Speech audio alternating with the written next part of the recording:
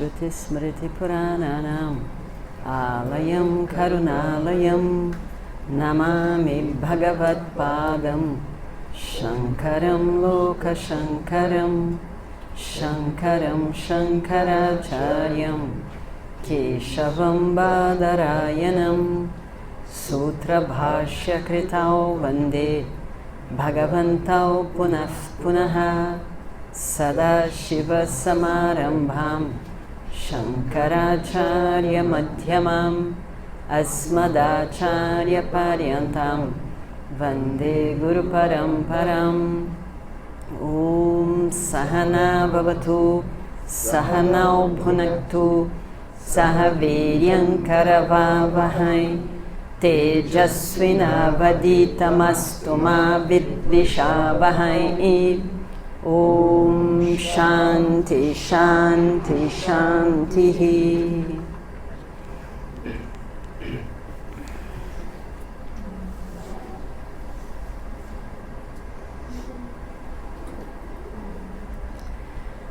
Existem muitas coisas na vida que são evitáveis. A gente pode fazer ou não fazer, viver ou não viver. A gente, se não gosta, a gente pode não se colocar naquela situação. As coisas mais simples. Se eu não gosto da areia da praia, eu não preciso ir para a praia. Eu posso tomar banho de piscina no verão. É evitável. É evitável. Se eu não gosto de uma determinada atividade profissional, eu posso fazer uma outra. Pode ser menos rentável, mas é evitável fazer uma coisa que eu não gosto profissionalmente. Certas outras coisas são inevitáveis. Viver a vida é inevitável. A gente tem que viver a nossa vida. E existem situações agradáveis e desagradáveis. Isso também é inevitável. Não dá para fugir de situações desagradáveis. Não dá para fugir de situações agradáveis. A vida vai oscilar essas duas situações. Isso é inevitável. Nos relacionarmos também é inevitável. A gente tem que se relacionar. Não dá para fugir de relacionamentos. Nós podemos fugir de alguns relacionamentos, ou tentar fugir deles, mas basicamente a gente tem que se relacionar no mundo. Tem que se relacionar com pessoas, tem certos relacionamentos que são inevitáveis, relacionamentos com parentes, a gente não escolheu, é inevitável, o que a gente pode fazer? Em sânscrito tem aquela palavra bandhu. Bandhu é uma pessoa a quem eu estou conectada e não tem jeito, é um parente. Parente não tem jeito, né? Então, no meio da confusão, a gente diz, bom, mas é um bandhu, né? É um parente. Já disse tudo, né? Já disse tudo, não dá para fugir. É inevitável. Mas certas outras relações são evitáveis. Mas se relacionar não tem escolha. A gente tem que se relacionar. Se relacionar com pessoas, se relacionar com o mundo, com os animais, com as plantas, com o todo dia, com o sol que nasce. Eu tenho que me relacionar com o meu corpo, com a minha mente, com as minhas emoções, com o meu intelecto, com as minhas conclusões, com o meu conhecimento e com as minhas ignorâncias. Não tem jeito. Eu tenho que me relacionar com isso tudo.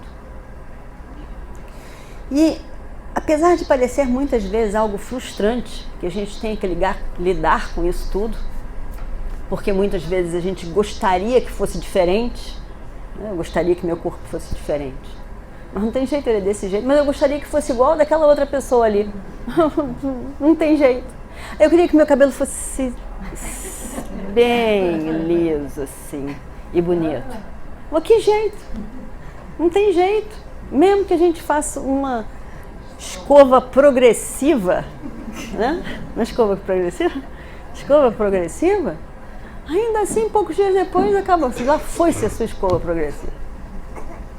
Então, que jeito? Não tem jeito. Eu tenho que me relacionar com o meu corpo do jeito que ele é.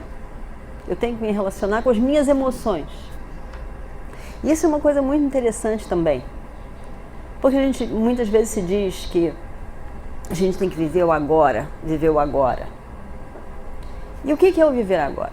Muita gente diz, acha pelo menos, que viver agora é eu estar consciente do agora. Se eu estiver consciente do agora, eu não vivo. Estou sentada aqui fazendo palestra. Como que a ideia vai vir na minha cabeça se eu estou pensando que estou sentada aqui fazendo uma palestra? Não vai vir ideia nenhuma. Estou aqui lavando louça. Se relacionar com cada momento é se relacionar, é perceber a pessoa emocional que eu sou. Como eu estou nesse momento. Como que eu lido com isso. Se isso é agradável, se não é agradável. Como eu posso lidar melhor, como eu posso transformar. Eu tenho que lidar com a pessoa emocional que eu sou. Essa pessoa que sente. Porque a emoção é alguma coisa muito importante para o ser humano. Na verdade, muito mais importante do que a pessoa intelectual. A gente se acha intelectual e a gente é. Mas a pessoa emocional é a pessoa que nasce, que aparece, que se manifesta no nosso todo dia. Porque a pessoa emocional é aquela que gosta e não gosta de determinadas coisas. Então, na hora que você está mais relaxado, você responde às situações que você gosta e que você não gosta. Mesmo que intelectualmente você já tenha planejado nunca mais fazer aquilo. Eu resolvi que eu não vou responder para essa pessoa mais de forma agressiva. A pessoa é legal, afinal de contas, me irrita. Mas a pessoa é legal, né? A pessoa é legal comigo. Então eu vou tentar me controlar. Mas na hora que aquela pessoa diz aquela coisa, eu respondo de novo. Não como o meu intelecto decidiu, mas como a minha emoção, meus gostos e aversões. Mas se eu estiver prestando atenção e tenso, aí eu não vou dizer, porque eu estou prestando a maior atenção. Mas que tipo de relacionamento no mundo é esse que eu vou ficar tenso, preparado, para só dizer aquilo que eu pensei 2, 3 vezes? Eu não vou estar relaxado. Aí então eu vou estar tenso. Vou dizer tudo aquilo que eu programei, mas não vou estar relaxado. Eu não vou estar comigo mesmo, não vou ser a pessoa que eu sou.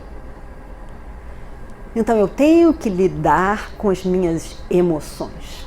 Eu tenho que lidar com a pessoa emocional que eu sou.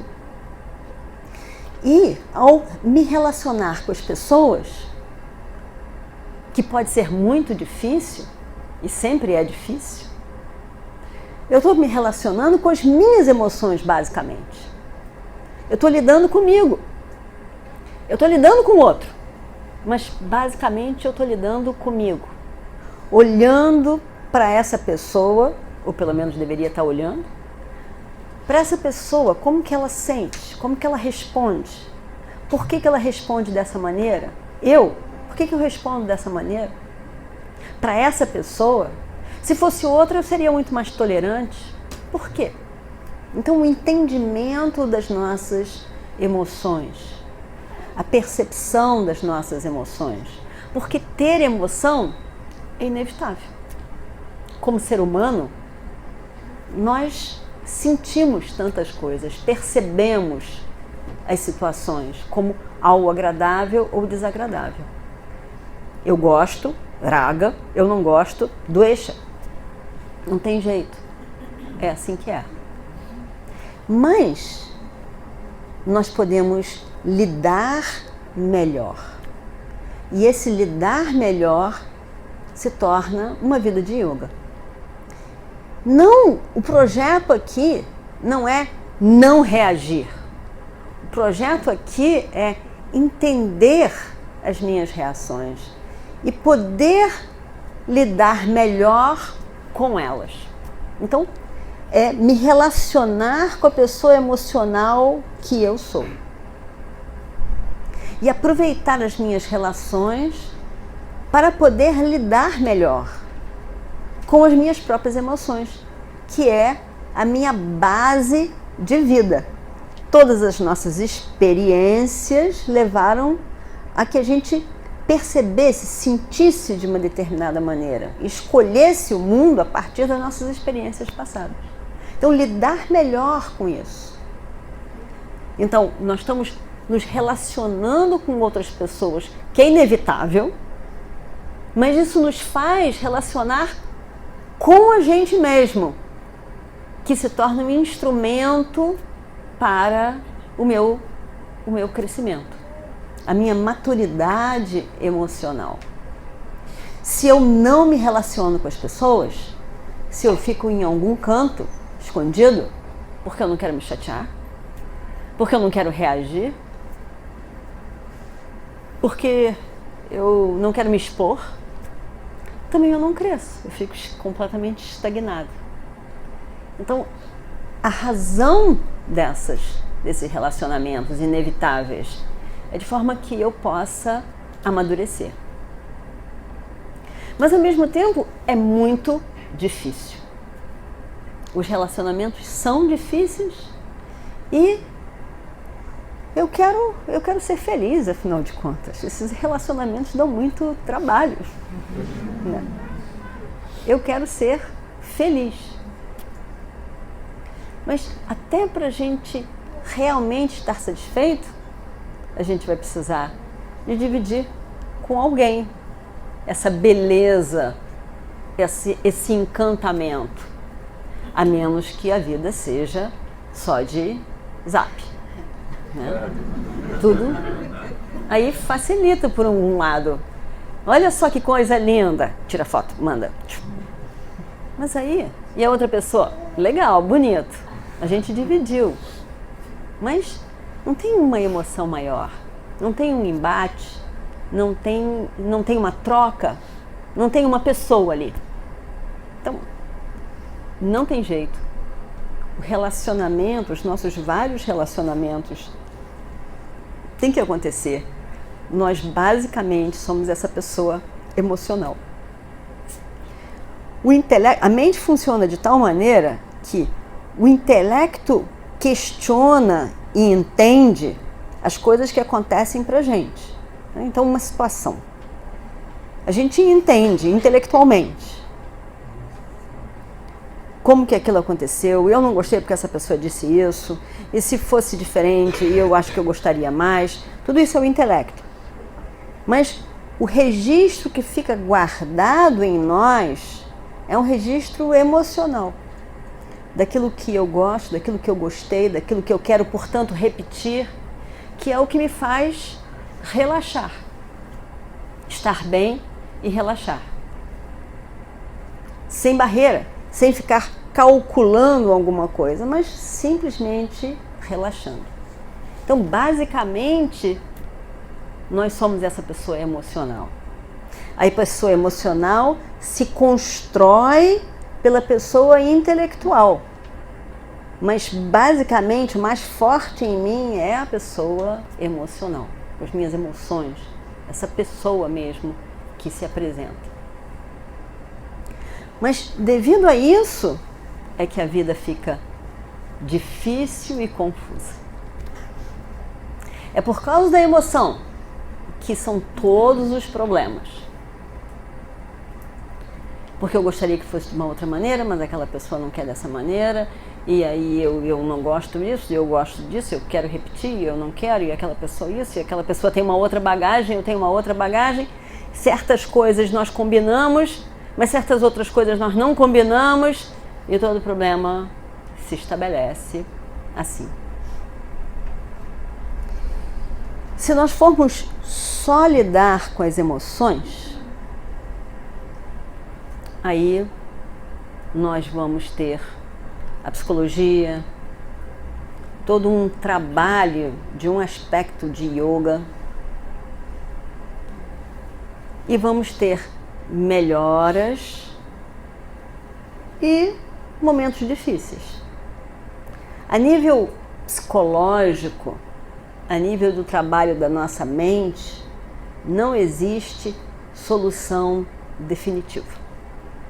Não existe solução definitiva. Emocionalmente, não existe solução definitiva. Um belo dia eu vou estar completamente equilibrado emocionalmente e a minha vida se resolveu. Impossível. Impossível. Ninguém vai ficar equilibrado emocionalmente. Porque vai aparecer uma outra situação. Vão aparecer outros desafios. Vão aparecer outras pessoas. Vão aparecer outras coisas interessantes e aí que são novas, que eu não contava. E lá estou eu de novo. Acertando e errando. É muito importante, então, em relação à vida, a gente entender qual é o nosso propósito na vida. Qual é o nosso objetivo? Eu estou aqui vivendo a minha vida para quê? Fundamentalmente.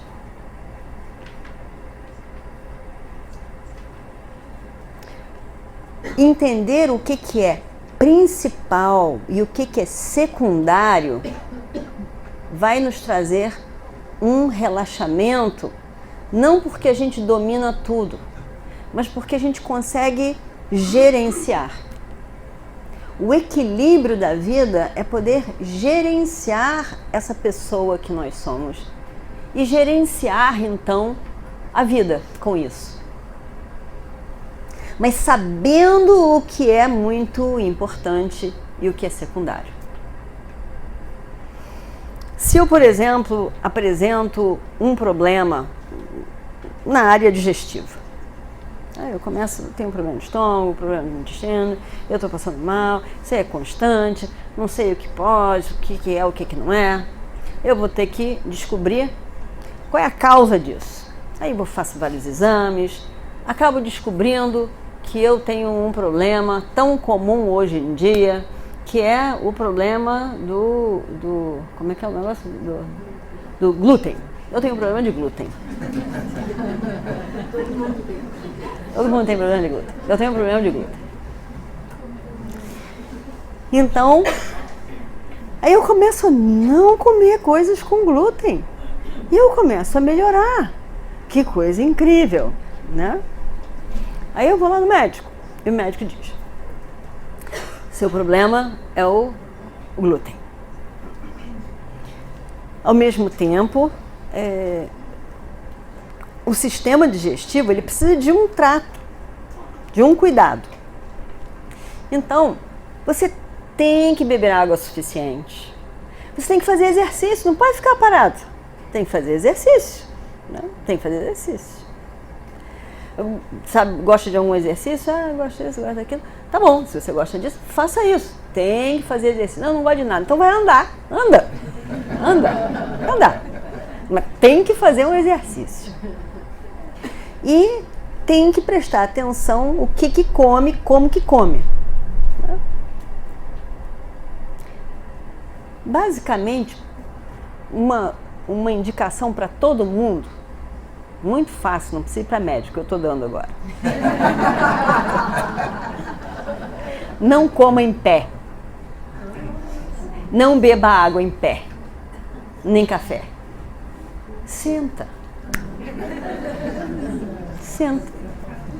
O indiano tem uma regra que diz: se você pode sentar, o que você está fazendo de pé? Se você pode deitar, por que você está sentado? Bianca, que foi agora, pode dizer: os caras da loja de sari provavelmente estavam deitados até vocês chegarem. Estavam ou não estavam? Eu sabia. É a loja. Enquanto não tem cliente, eles deitam.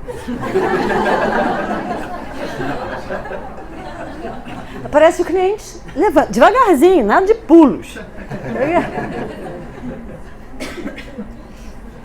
Isso é uma grande regra. Porque se a gente come em pé, você está no movimento. A cabeça está no movimento. Evidentemente que você não consegue sentar porque a sua cabeça não está no que você está comendo. A cabeça está no que você vai fazer depois. Então senta. Senta. Sentar já ajuda na digestão. E quando estiver tomando qualquer coisa, até água, senta. Senta e bebe água. O Ayurveda diz isso, sabia? O Ayurveda diz. Senta e bebe água. Não beba água em pé. Depois, mais tarde, vai afetar todas as juntas. Sente e beba água. E aí, então, a gente tem várias coisas. Tem o glúten. Tem o sentar para comer. Tem que sentar para beber água. Tem que fazer exercício. Tem várias coisas que a gente deve fazer. Agora eu estou com a cabeça cheia de coisa. Pelo menos eu acho que eu tenho um problema, estou no caminho de melhorar o meu problema. Mas eu tenho milhões de coisas que deve, que não deve, milhões de coisas na minha cabeça, uma confusão danada.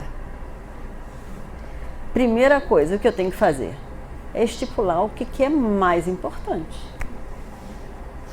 O que é o mais importante, Mukhya Sadhana? O que é o mais importante dessa história? É o danado do glúten.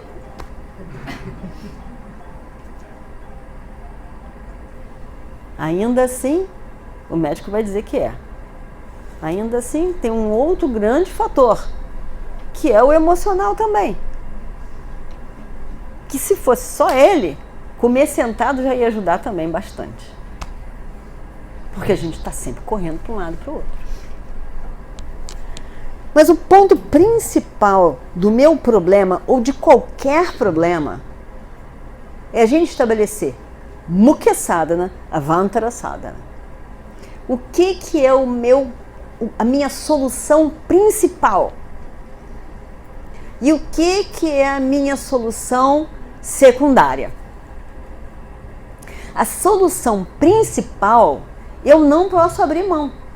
Se o meu problema fundamental é um problema de glúten, eu não posso comer glúten. Se for, eu não posso comer glúten. Essas outras coisas eu posso fazer dentro do possível. Aí eu abraço isso, eu abraço aquilo, eu não sei o que. Eu faço um exercício, mas pode ser caminhar, pode ser nadar, pode ser prática de yoga, pode ser malhar, pode ser milhões de coisas. Aqui eu tenho uma opção. No glúten eu não tenho opção. Não tenho opção. Eu tenho que fazer Mukhya, é o principal, esse é o principal. O resto, eu tenho uma opção aqui, eu tenho uma outra opção ali. Eu posso trocar isso por aquilo. E aí, então, eu vou seguir para a solução do problema que eu quero resolver. Na nossa vida, é a mesma situação. Todos os problemas que a gente encontra, a gente tem que saber a natureza do problema, para que a gente possa estabelecer a natureza da solução. E o que é fundamental? O principal eu não posso dispensar. O secundário eu posso trocar uma coisa por outra. Eu posso momentaneamente dispensar. Essa semana não dá para fazer exercício, mas naquela eu volto a fazer. Nessa semana isso e aquilo. Eu tive que tomar um café em pé, porque eu estava correndo, minha reunião ia começar, mas geralmente eu não estou fazendo mais. Eu posso dar um jeito. Por quê? A Avantara é secundário. Agora, o glúten não tem jeito. Tem que tirar fora da minha vida. Se ele é a causa. Então, ao decidir o que é a principal solução para o problema, eu consigo dar uma organizada na minha vida. Então isso é um planejamento da própria vida, de forma que a gente possa lidar melhor e solucionar os nossos problemas. Os problemas são inevitáveis. Não adianta querer eliminar problema. Não tem jeito. Eliminar problema não tem jeito. Os problemas fazem parte da vida. As limitações, os sofrimentos, os relacionamentos, tudo tem problema. Então, esse projeto não adianta alguém abraçar, porque é inútil, né? É inevitável a gente ter problema. Mas dentro de um determinado questão, como que eu posso melhor lidar com aquilo? Analisando o que é fundamental e o que é secundário. Em toda a nossa vida, esse é um truque. Mukha sadhana vantara sadhana. O que é o meio principal e o que é o secundário? A gente pode lidar com vários sofrimentos, nossos, dos outros. Mas a gente pode também entender que existe uma coisa que nos acompanha constantemente, que é uma sensação de insuficiência em nós mesmos. Tem dois momentos à vida. O momento em que a gente aponta lá para fora como a causa de todos os nossos problemas. É porque aquela pessoa, porque aquela outra pessoa, porque não sei o quê, porque é a minha infância, porque é a minha mãe, porque é o meu pai, porque é o meu vizinho, porque é o meu marido, porque é a minha mulher, porque é isso, porque não sei o quê, porque é isso, porque eu tive, porque eu não tive, porque é isso, porque é aquilo. E que aí verdadeiramente não tem solução, né? Porque isso tudo já era, já passou, é do jeito que é. E mudar o outro também é impossível. Ou tem um momento em que eu não olho para lá, em que eu olho para mim. O que eu estou sentindo? Independente dessas situações todas. O viver o momento presente é isso. Viver o momento presente não é intelectual, olhando para o que eu estou fazendo. Eu estou fazendo isso, estou fazendo aquilo, eu estou fazendo... Não é isso que é viver o momento presente. Isso é impossível. A gente ficar pensando, eu estou fazendo isso. Viver o momento presente é olhar para a pessoa emocional que eu sou. Como eu estou percebendo essa situação? O que eu estou sentindo com isso? O que eu espero? Então, essa pessoa. Então, existe um momento na vida em que existe uma maturidade. E a maturidade é eu não parar de ficar apontando lá para fora e começar a ver o que eu posso fazer. O que eu posso fazer? O que está nas minhas mãos? O que eu posso fazer? Com tudo isso que eu tenho aqui, o que eu posso fazer? E aí eu começo a avaliar a natureza da minha questão, do meu problema, e qual é a solução possível.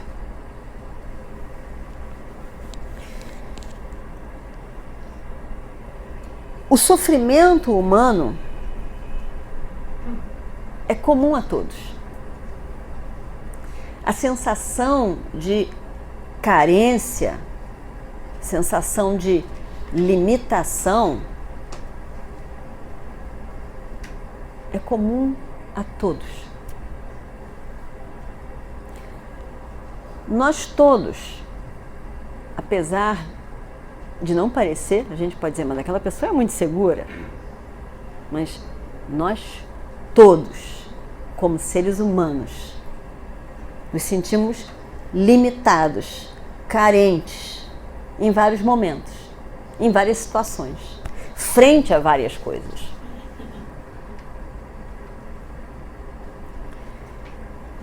E essa carência, essa limitação, é que a gente não aguenta. E a gente quer se livrar dela. Se fazer mais significativo, mais importante, mais respeitado e valorizado. Tem uma situação recente do país que encaixa muito bem com esse raciocínio. Isso tudo é um raciocínio de Vedanta, tá? É muito elucidativo para com essa análise que Vedanta faz. Vocês devem lembrar, devem ter sabido e lembrado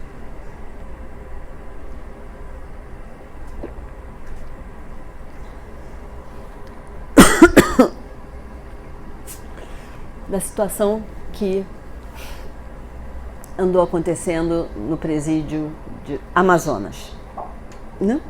Acho que é uma coisa que saiu bem nos jornais.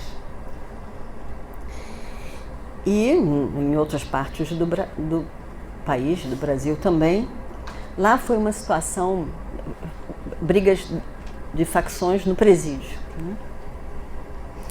E uma situação difícil foi, tem várias situações em relação a isso difíceis, mas enfim, o que aconteceu é que nessa briga dos detentos, prisões superlotadas, uns tantos detentos mataram os outros, decapitando. Vocês ouviram a história?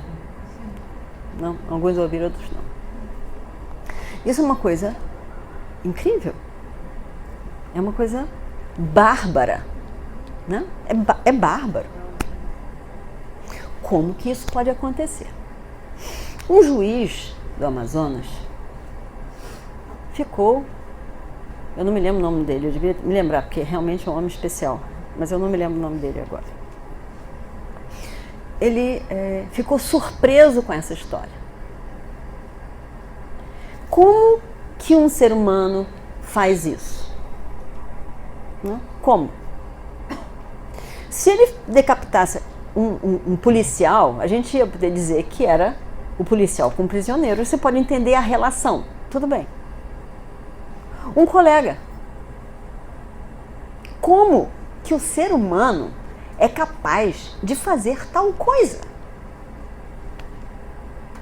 Nós somos todos humanos. Nós não somos mais humanos do que eles. Nós somos todos humanos. E esse juiz começou a pesquisar em vários livros sobre cárceres, sobre prisão, sobre pessoas presas. E ele foi lendo os livros, foi pesquisando, entendeu algumas coisas. E lá para as tantas, ele teve a oportunidade de conversar com um ex-detento. E ele então fez a pergunta para o cara. Ele disse, como que isso se dá? Né? O que acontece? O que passou possivelmente na cabeça dessa pessoa para matar o outro dessa maneira? E a resposta do cara foi: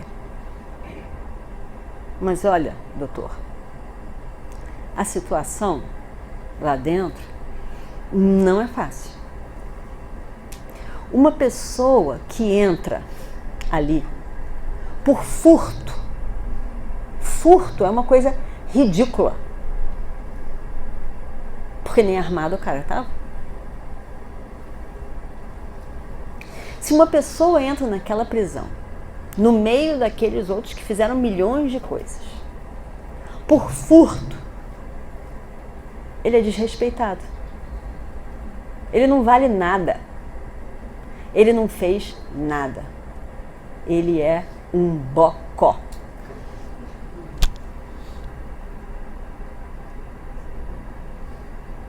Naquela sociedade. Ele não se constitui como uma pessoa de valor. Porque todo mundo está lá dentro dizendo, o que você fez? Eu fiz isso, eu fiz isso, eu fiz não sei o quê.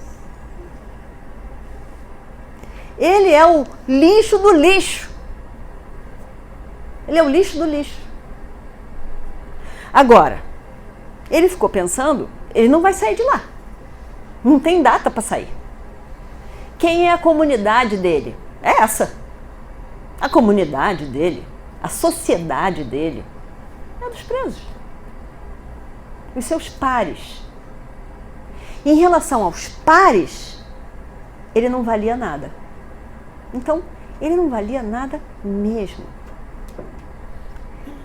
E como que ele passaria a valer? O que é a moeda lá, a importância? É ter feito uma coisa incrível. Matou um cara. Vejam bem a história. Larguem um pouco o julgamento do preso. Tenta ver a história humana. Na primeira oportunidade, que foi essa confusão da rebelião, o cara resolveu, é a minha oportunidade. Um detento avaliando o outro que ele não conhece. Ele não conhece. Ele está só tentando entender no psicológico do cara, porque ele já foi detento. Era a oportunidade dele de se fazer, porque todo mundo vai achar que aquilo é incrível e vão ter medo dele. Porque agora ele é alguém. E foi o que aconteceu. Ele se constituiu agora, ele é importante. Ele é importante lá dentro. O que levou? Você acha que ele tem sangue frio, que ele não liga a mínima? Não. Ele tem sentimentos. Ele é humano. Mas aquela situação de não valer nada, quem é que aguenta durante tanto tempo? Ou você sai daquela situação, ou o ser humano quer se constituir como alguém significativo para o outro. Não é só você achar que você é incrível. O outro tem que dar uma curtida. Não adianta você sentar no restaurante para comer uma coisa incrível. Se ninguém curtiu, não é? Lógico. E a gente vai dizer, pô, 300 pessoas curtiram aqui. Que incrível. Isso é importante para nós. Isso é uma apreciação, isso é um amor. Isso é valor. É valor agregado a mim. Quando a outra pessoa diz que eu sou uma pessoa legal. Lógico. Nós somos humanos, é tudo a mesma coisa. Então, por que a pessoa é capaz de fazer alguma coisa? Pelo sentimento de menos-valia, de não valer nada. De ser criticado constantemente por todos, porque eu não aguento mais isso. Eu quero ser amado, eu quero ser apreciado. E aí, então foi o meio, o instrumento que a pessoa fez. Basicamente, o que mais a gente quer e tenta é uma apreciação. Uma apreciação, um amor, um reconhecimento das outras pessoas que são os meus iguais. Porque esse é o sofrimento humano, a sensação de limitação. Agora, como que eu resolvo isso? Agora que é a questão. Como que eu resolvo essa sensação de carência e limitação humana? A gente tem que ver o problema nasce da onde? E qual é a solução definitivamente? A gente pode lidar com esse problema como um problema psicológico.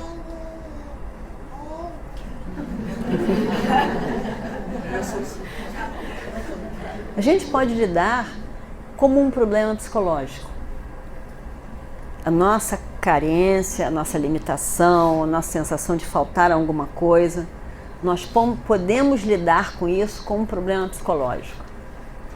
E com um problema psicológico, não tem solução. A gente vai melhorar, aí piora. A gente pode fazer meditação, que ajuda, mas não resolve. A gente pode praticar yoga, que ajuda, mas não resolve. Mas a gente pode aprender a gerenciar a nós mesmos. Isso é uma grande coisa. Gerenciamento de nós mesmos. Entender as nossas emoções e as nossas dificuldades e gerenciar. Esse é basicamente, à luz de Vedanta, o objetivo de yoga. Uma vida de yoga. A gente aprender a gerenciar a gente mesmo. Isso é uma grande coisa. Né? Isso é uma grande coisa. Agora, se eu gerenciar a mim mesmo, eu serei feliz? Bom, não, você será uma pessoa que tem a capacidade de gerenciar você mesmo. De repente você pode fazer os outros felizes mais do que você faz hoje em dia. Mas não há nenhuma garantia que você vai ser feliz. Né? Então, qual é a questão? Porque tem momentos em que eu sou muito feliz. Tem vários, todos nós temos a experiência de sermos felizes. Porque também se a gente não tivesse a experiência de ser feliz, a gente não desejaria ser feliz. Como a gente deseja uma coisa que a gente não conhece? Como diria o Swamiji, vamos todos desejar Gagabugaya. Gagabugaya. Eu não desejo Gagabugaya, que eu não sei o que é Gagabugaya. De repente é uma coisa ruim? Sei lá. Para ter o desejo por Gagabugaya, eu tenho que saber o que é, minimamente. Então, eu quero ser feliz, se alguém diz, é porque ela tem experiência de felicidade. Ela tem que ter, não tem jeito. Então, eu tenho uma experiência de felicidade, eu comigo mesmo. E eu quero ser feliz de uma forma definitiva,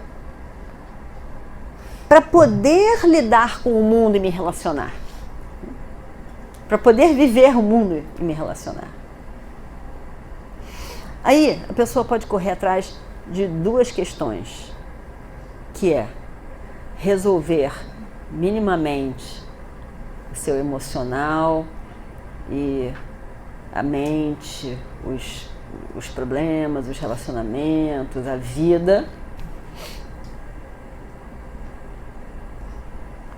que é uma certa autoajuda, com certeza. Ou você pode focar no problema fundamental. Eu sofro buscando essa felicidade, esse ser feliz, porque eu desconheço esse ser feliz que eu já sou, que está escondido aqui pela minha própria ignorância, pelas minhas próprias reações, mas que já sou eu mesmo. Basicamente, o ser completo, o ser feliz, já é uma experiência nossa. Já é uma experiência. A gente não precisa experienciar depois. Não é um projeto para depois. O ser completo feliz já é experienciado por todos nós. O que nós não temos? Não temos um comando sobre isso, que parece que a gente perde esse ser feliz de repente. Parece que a gente perde, mas a gente tem. Eu não sei como que a gente perde. A pessoa pode dizer, eu não sei como que eu perdi. Mas eu sou. Em vários momentos eu estou feliz. Quando a gente dá uma gargalhada, você está relaxado, você está feliz, você está com você mesmo. Você está bem. Então, eu sou basicamente esse ser livre. Ele já está disponível para mim. Só que eu quero ter clareza sobre esse que eu sou. Então, o Vedanta se dirige a esse problema como um problema basicamente de ignorância. É uma ignorância daquilo que eu sou. Uma ignorância que existem dois tipos de ignorância.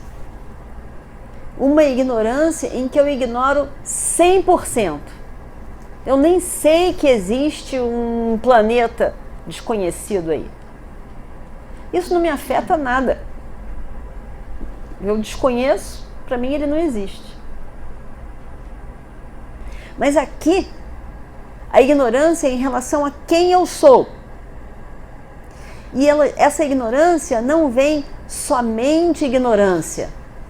Ela vem misturada a uma confusão, porque eu tenho uma experiência de mim mesmo.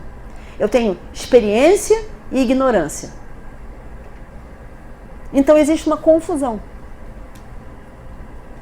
Então eu tenho uma ignorância e uma confusão, portanto, em relação a mim mesmo. E eu tenho que ficar claro, esclarecido, entender sobre quem eu sou. E entendendo melhor sobre quem eu sou, eu vou poder lidar com tudo o mais melhor também. Porque é o conhecimento principal. É o conhecimento sobre o sujeito. Um sujeito que se relaciona com todas as outras coisas. Então, eu entendendo melhor sobre mim mesmo, esse eu, quando se relacionar, ele também vai entender, ele vai partir de um padrão de um entendimento mais profundo. E quando eu entendo esse eu livre de limitação e básico que eu sou, eu posso acomodar o eu relativo, imperfeito, esse ego, que eu sou também, mas que muda. Eu tenho que entender, principalmente sobre mim mesmo, para que eu possa acolher essa pessoa relativa e imperfeita que eu sou. Porque a pessoa relativa e imperfeita que eu sou não tem solução. Ela vai continuar imperfeita. Não tem como fazê-la perfeita. Porque num mundo dual se alterna. Aí eu estou cansado de frio, eu vou para um lugar quente. Chega num lugar quente, meu Deus, que calor horrível, vou para um lugar frio. Aí chega lá, fica um tempinho, eu fico feliz. Aí depois eu quero ir para aqui de novo. E aí é assim. Não aguento mais ficar em casa, vou sair, vou para sua casa. Aí fico na sua casa um pouco, não aguento mais ficar aqui, as coisas que eu preciso não estão aqui, volto eu para minha casa. É assim. É assim. É tudo assim, porque é dual. Aí a gente pende para esse lado aqui, aí você fica querendo um outro lado, que você está sentindo falta dele. Aí esse aqui vai pender para cá e sabe? Não tem solução. Então eu tenho que entender melhor essa pessoa básica que eu sou, de forma que eu possa lidar com a pessoa relativa e imperfeita que eu sou. Acolhendo e entendendo melhor, o entendimento é o gerenciamento. À medida que eu entendo, eu consigo lidar melhor com tudo isso. Então, quando o foco principal é conhecimento, todas as outras práticas se tornam secundárias. Quer dizer, o ponto principal é o autoconhecimento.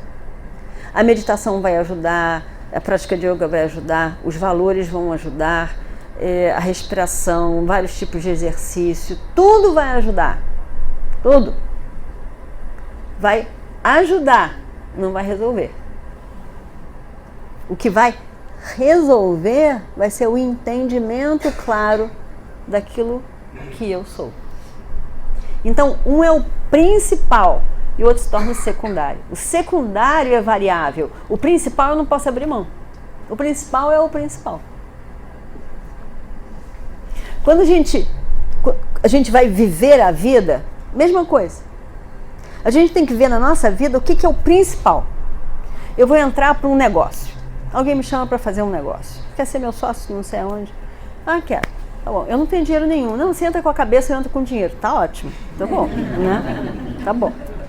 Então tá ótimo. Eu te dou o dinheiro, aí você vai ter que pensar, gerenciar, fazer isso. Tá bom, tá bom. Tá bom. Então, nos juntamos lá. Eu tenho que saber muito bem o que eu quero. Lógico que se eu entro no negócio eu quero dinheiro. Ninguém tem dúvida. Eu quero dinheiro, eu quero conforto, eu quero. Mas o que é o principal? eu tenho que saber o que é o principal. Porque o principal na minha vida, no meu negócio, no meu relacionamento, o que é o principal? O principal é aquilo que eu não abro mão. Então, qual é o meu principal? Meu principal é o Dharma. É ser sincero, verdadeiro. Em qualquer situação, se houver algo que isso nega o Dharma, aí eu já estou fora. Então, se eu tenho claro que uma coisa é muito importante para mim e as outras coisas são secundárias, fica fácil de lidar. Porque eu sei que isso eu não abro mão. Mas isso aqui eu posso abrir mão, não tem problema não. Eu troco, eu manejo. Mas isso aqui eu não abro mão. Falar a verdade eu não manejo. Não abro mão. Outras coisas tudo bem, mas isso aqui não. Eu tenho um compromisso com a verdade. Então, se eu tenho claro isso para mim, o que é o principal e o que é o secundário, eu quero ganhar dinheiro, sim, lógico que eu quero. Mas não abrindo mão da verdade. Por quê? Porque verdade é um relaxamento. Toda vez que a mente fica complexa, com milhões de coisas, isso diz, mas aquilo não pode, isso aqui, eu fico estressado, com certeza. Eu não posso ser eu mesmo, não posso dizer qualquer coisa. Eu quero estar relaxado, comigo mesmo, tranquilo. Então, a verdade eu não abro mão. O que é o principal na minha vida? O Dharma, a verdade é o principal. Todas as outras coisas são secundárias. Fácil viver a vida. Se torna fácil viver a vida. Não é que não vai ter problema, mas eu sei onde eu estou me metendo e o que eu não abro mão. Tem um verso muito bonito do Sama Veda. Os Vedas, amanhã a gente vê mais, mas os Vedas, que são 4, na sua origem é um Veda só, né? Veda Vyasa dividiu, então é o Veda. O Veda porque ele é todo coerente, os 4 são todos inteiros, coerentes. Isso aqui não diz uma coisa e aquele lá completa, não. Todos dizem uma mesma coisa. Mas Sama Veda é um Veda que o que é dito, né, por exemplo, na parte de Upanishad, na parte dos textos, eles são tudo musicalizado, assim, muito. Então tem um texto muito bonito, além de bonito assim pelo som, não é fácil de encontrar não é fácil dar um Google e encontrar esse texto. Não sei, não é tão conhecido assim, mas dá para encontrar. Ele o verso, ele é Setunstara, todo cantado, Setunstara, Setundustarantara, muito mais puxado do que eu estou cantando aqui. E é bonito, é um sol muito bonito e um significado realmente incrível. E que o Upanishad, o texto dos Vedas diz, Tara, você está vivendo a sua vida, né? O ser humano, ele se dirige para o ser humano. Tara quer dizer, é um comando, é um imperativo. Ele diz, Tara, atravesse. Setunstara, atravesse as pontes. A nossa vida é cheia de pontes a serem atravessados, que a gente não atravessa, a gente fica pro lado de cá. Tem que atravessar pro lado de lá. Mas aí você tem que atravessar. Tenha coragem, atravesse. Aí ele diz, Dustaran, Setun, Dustaran, Tara. Pontes difíceis de serem atravessadas. Muito Dustaran, Tara. Setu é ponte. Pontes difíceis de serem atravessadas. E como que eu vou atravessar essa ponte tão difícil de ser atravessada? Qual é a ponte? Ele diz: Krodham Tara. Atravesse a sua raiva. Pô, não podia começar com outra forma? A raiva, logo ela. Pô, que raiva! Começa com outra coisa, não começa com raiva. Pois é, ela mesmo. Krodham Tara. Atravesse a raiva. Como que eu vou atravessar a raiva? Akrodham, Krodham, Akrodhena, Krodham Tara. Com ausência da raiva. Akrodhena, Krodham Tara. Atravesse a raiva com a ausência da raiva. Se eu já estou com raiva, como que eu vou ter ausência da raiva? Esse aí é o seu desafio. Quando você estiver com mais raiva ainda, tente não responder com raiva. Tente, depois que passar, entender por que você ficou com tanta raiva da pessoa ou da situação. Tente, da próxima vez que uma situação semelhante vier para você se lembrar que você vai ficar com raiva, hein? E antes de ficar com raiva, tente lidar com ela. Tente. Às vezes não é a situação. Às vezes é uma pessoa. Aí você diz, quando aquela pessoa fica estressada, ela fica com raiva. Ela briga comigo. E aí eu fico com raiva também. Então, a Krodhena, não posso deixar chegar ao ponto daquela pessoa se estressar comigo. Eu tenho que dizer antes, vamos parar aqui, eu vou me embora, a gente se encontra amanhã, porque o negócio está esquentando. A Krodhena é um jeito, não? É um jeito, tem que dar um jeito. O melhor jeito é sempre comunicando. Eu estou ficando com raiva, estou ficando irritado. Isso é uma ótima forma. Né? Estou ficando com medo. Pô, estou ficando com medo. Mas pelo menos eu disse. Né? Aí ele diz: Satyena Anritam Tara.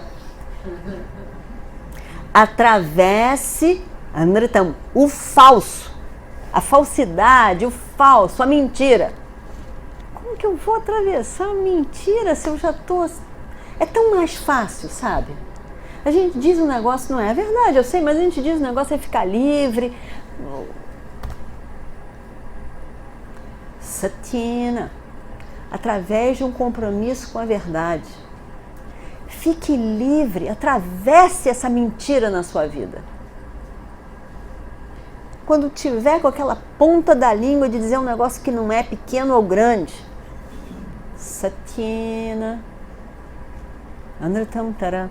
Se lembre, a melhor coisa é você ou não dizer, mas se dizer, que diga, se disser, que diga a verdade. Se tiver que dizer, diga a verdade. Se puder não dizer, tudo bem, eu não estou afim de dizer. Mas se tiver que dizer, Satyena, é o único jeito. Não tem jeito. Como que você vai lidar? Como que você acha que você vai acabar com a escuridão? Se não é trazendo o oposto que é a luz. Eu não vou cavar um buraco aqui. Pode cavar quantos buracos você quiser. Mas isso não vai lidar com a escuridão. A escuridão vai continuar ali. Não tem jeito. Você pode fazer milhões de coisas, mas o problema continua se você não trouxer o oposto. Ele diz 4 coisas, ele diz. Shraddhaya Ashraddham Tara. Lide com a falta de confiança através da confiança. Eu não consigo confiar em ninguém. Eu desconfio disso, eu desconfio daquilo. Tente ver, tente analisar se a causa, se a pessoa merece a sua confiança, se dá para relaxar. Aí se relaciona com essa pessoa e estabelece uma confiança. Não tem jeito. Para aprofundar um relacionamento, você vai ter que estabelecer uma certa confiança. E para confiança, você vai ter que se sentir respeitado. Então, estabeleça um respeito a você mesmo, que a outra pessoa respeite você e você possa estabelecer uma mútua confiança, apoio ali. Mas em qualquer relação, a gente sempre tem que ser respeitado. E aí, por fim, ele diz: Danena Adanam Tara.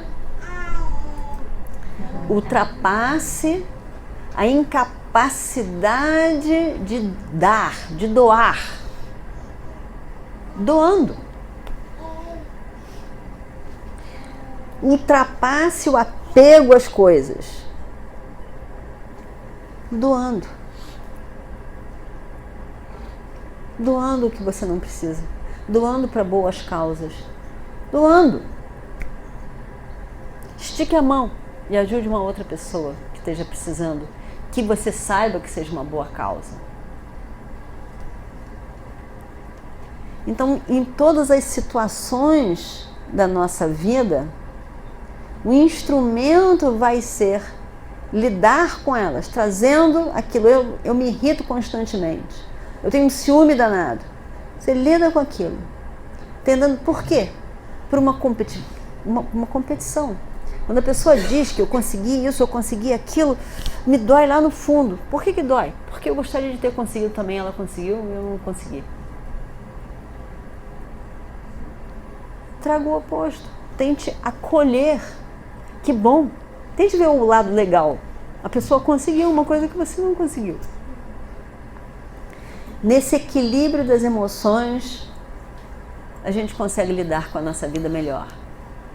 Mas a gente tem que entender que o principal, o meio principal, inevitável, é o conhecimento sobre si mesmo.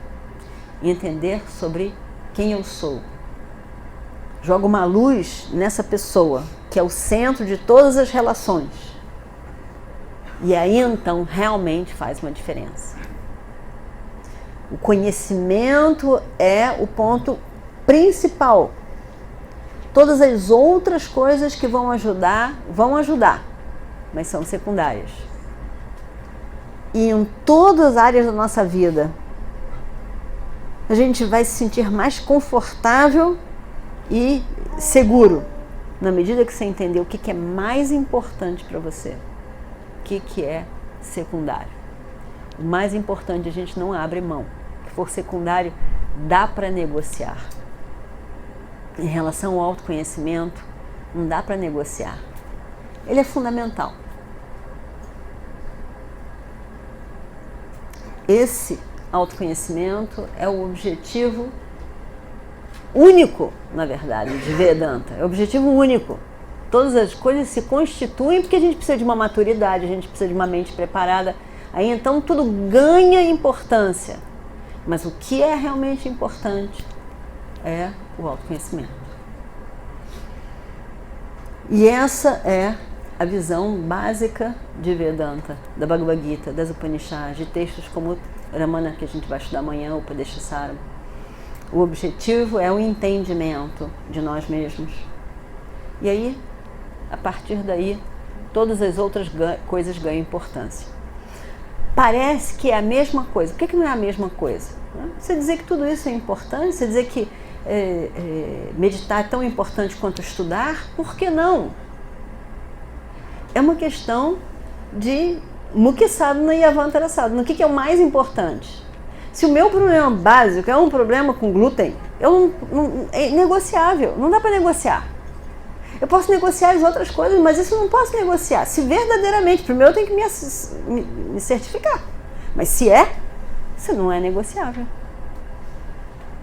Aí as outras coisas são, mas essa aqui, para a solução do meu problema, não é. Então, aqui nesse meu problema que eu sofro com carência, com limitação, o que é fundamental é um autoconhecimento, porque eu já sou esse ser puro, completo e feliz. Completo e, portanto, feliz. Esse conhecimento não é negociável. Todas as outras coisas depende do que eu preciso. E aí, então, eu posso fazer isso, fazer aquilo. Aí então, realmente a gente olha para o Vedanta adequadamente. Se a gente coloca tudo no mesmo patamar de importância, Vedanta se torna mais uma coisa no mundo. Mas não, é um conhecimento que agrega outras coisas para problemas secundários, mas lida com um problema fundamental de ignorância de quem eu sou. Então, para ver melhor isso, nós vamos ver amanhã. E posso abrir para pergunta, de repente, se alguém quiser perguntar alguma coisa. Alguém quer perguntar alguma coisa? Fala. Gostei muito da tua palestra, adquiriu a Bhagavad Gita, achei muito boa a tradução. E você colocou a necessidade do Dharma, né, desse caminho, dessa nossa inteligência prática, para tentar resolver os problemas e tentar nos sair melhor dos relacionamentos. E eu me lembro da passagem do Gita, no final do Bhagavad Gita, onde Krishna diz: abandona todo o Dharma e te rende unicamente a mim. Eu queria que você ficasse um pouco mais desse Moksha, né? Não sei se é a pronúncia, Moksha, essa liberação que ultrapassa toda essa nossa inteligência prática e que eu acho que é a culminância inicial do conhecimento, né? Desde dos gregos, também Sócrates também buscava esse caminho do autoconhecimento, de norte e alta, né? Eu queria que você explicasse mais um pouco esse ponto desse salto, é um salto quântico realmente, mas que ultrapassa o Dharma, ultrapassa a arte, a gama. Você falou muito bem a gente precisa de amor, a gente precisa lidar melhor com as situações do cotidiano, a inteligência prática é um auxílio, a gente tem que fazer uso disso tudo, mas como a gente pode realmente ultrapassar, dar esse salto? Quando Krishna diz, lá no verso 66, capítulo 18, Sarva Dharma Parityaja, ele diz abandone todo o Dharma. Ali ele está falando Dharma como Punyam Papa, né? Punyam. Então, o resultado positivo. Não fique pensando numa outra vida melhor, no futuro, que aí eu vou ser feliz, né? Abandone esses apegos todos. E se liberte, então. Esse se liberte através do conhecimento. Quer dizer, não fique pensando a nível relativo. De aí eu vou ganhar mais mérito e isso vai melhorar na minha vida, aquilo vai melhorar, porque isso melhora e aquilo não melhora. Dentro do relativo não tem solução. É essa a história. Dentro do relativo não tem solução. Você vai melhorar, você vai... Né? Mas a libertação é o entendimento de que, basicamente, essa pessoa que eu sou é livre de dualidade. É o completo e é imortal e é livre de limitação. Então, esse é o caminho, vamos dizer assim, né? O caminho de conhecimento. Que é a única maneira, não tem como a gente... A renúncia, tá? A renúncia não se faz por base da força. Então, abandone isso. A gente não vai abandonar uma coisa se a gente não tem mais nada. A gente vai abandonar. Mas se você tiver uma outra coisa mais importante, você vai abandonar. Então, se eu descubro esse livre de limitação que eu sou, eu posso abandonar o meu desejo pelos objetos, porque eu entendo que eles não me fazem feliz. Né? Então, é esse conhecimento que ele está focando ali.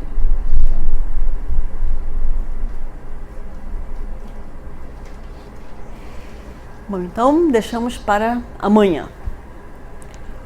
Om Purnamadav Purnamidam Purnat Purnamudachyate Purnasya Purnamadaya Purnameva Vashishyate Om Shanti Shanti Shanti Harihi Om Shri Gurubhyo Namaha Harihi Om. Muito obrigada. Obrigada a vocês. Dois. Obrigada e até amanhã para quem vier. Amanhã às 9.